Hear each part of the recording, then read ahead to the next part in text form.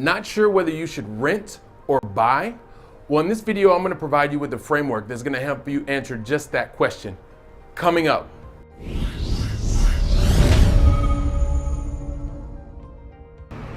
Hey there, it's Billy with Keep on Cash Flow, helping you to grow your money and your mindset so that you can get closer to the lifestyle that you really want to lead.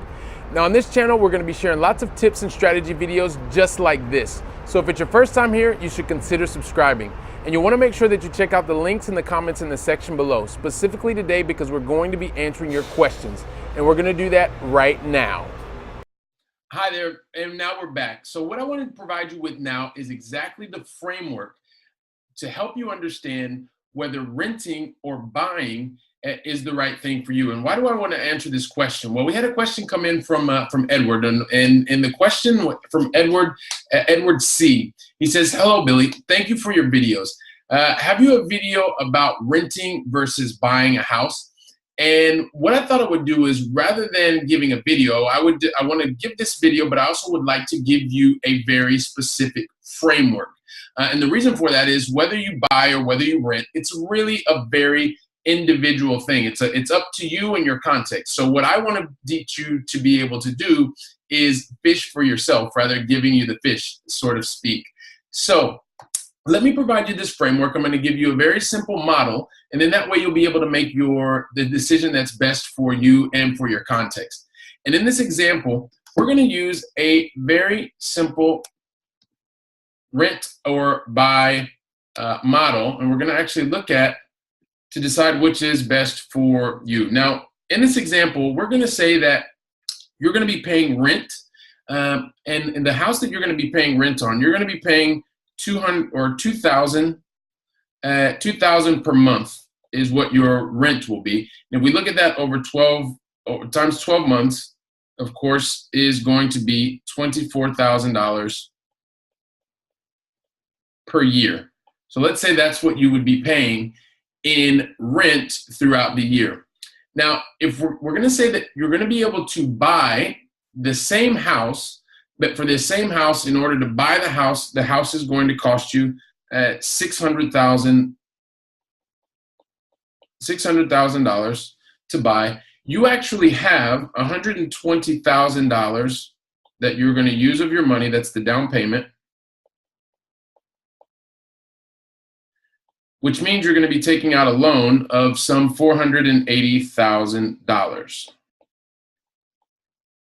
So that's going to be the loan amount. And for the purposes of this example, we're going to say that you're able to find a loan, and that loan is going to be paid out at 5%. And so the loan that you're paying at 5% is going to be a total annually of $24,000 per year in interest payments. Now, what I like to do is simplify this. Normally, if you were to go and get a quote-unquote traditional loan, it may be a fixed loan. And that fixed loan portion, let's say it's 15, 20, or 30 years. But what happens typically is, and let me just draw this out, typically what happens is over the period of a loan, I'm going to draw two boxes. In the beginning of the loan, you will find that there's a very large portion of the loan which goes towards interest payments, and a smaller portion goes to the initial principal. But as you go in time, let's say as you get to closer to the 30th year, because we're going to use that as an example, it actually becomes just the opposite, where the majority of what you're paying is the principal, and what is left is much smaller in terms of interest payments. But in order to simplify this example, we're going to say that when you're buying the home, that the interest, you're taking out an interest-only loan. So you'll actually be paying $24,000, which is 5% of the $480,000 that you're borrowing, and you will pay that off until you actually have the remaining $480,000. Now, we're using this just for the example because it makes things much simpler in order to show you so that you can see. And let's say, so basically you can also, for those of you that are watching and you own your home, you know that there are certain additional expenses that go with owning your home. So although you're paying $24,000 a year in interest, you probably also have some other things like just, for instance, you have your taxes that you're going to be paying. And as much as you'd like, there are always things that happen to the house. For instance, the issues with the wiring, with the toilets, with something at the house, or you want to improve something. All of those things we're going to put them and just say that these are repairs. And then if you're also living in Europe, you have things like the administrator fees where you're living, et cetera, et cetera, et cetera. But we're just going to keep this very simple for this example. And we're going to say that in a year you have to pay an additional $4,000 in taxes. And let's say that you're also paying somewhere in the area of $2,000 for repairs. And at the end of the day, what that's going to mean is that you're paying out a total of what's the math here? That's 28. That's 30,000 that you're actually paying out per year. But one of the things that I do want to also let you know, so when you're doing interest only, and this would really apply in the U.S., but let's say that you're able to have a reduction due to the fact that you're only paying interest. So it's going to help to bring down your taxable income. And we're just going to say that it's roughly a third of the $24,000 that you're paying in interest. And so that would then decrease by $8,000, the total in terms of what you would actually pay. So that would be a total of $22,000 would be the effective rate or the effective expenses that you would be paying for owning your home.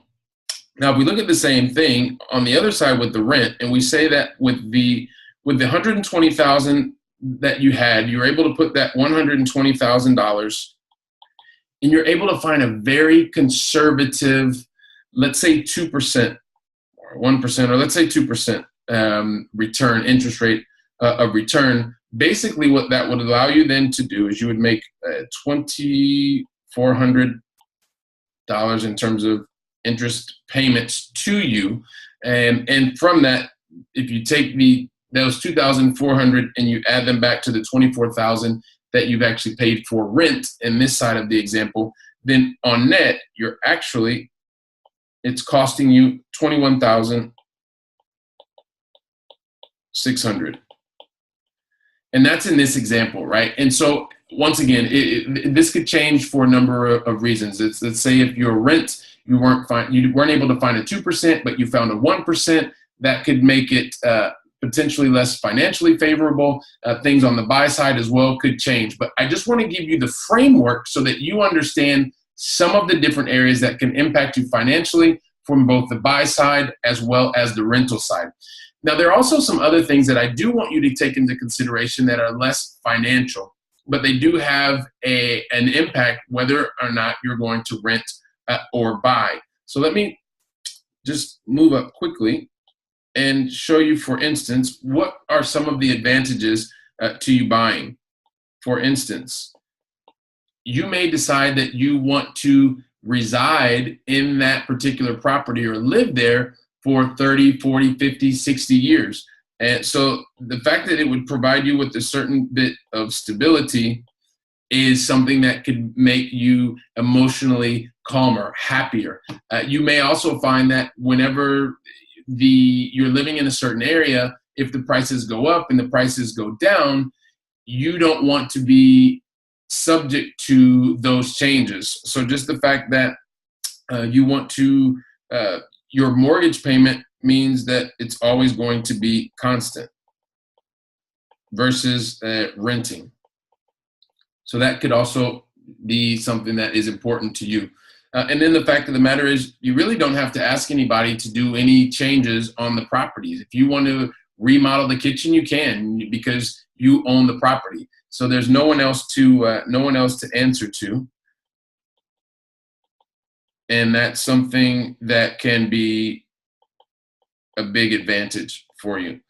And that's on the buy side. Also, if you look at the rental side of things, well, I mean, one of the main reasons that people you may be more interested in paying additional is because it's going to give you a lot of freedom.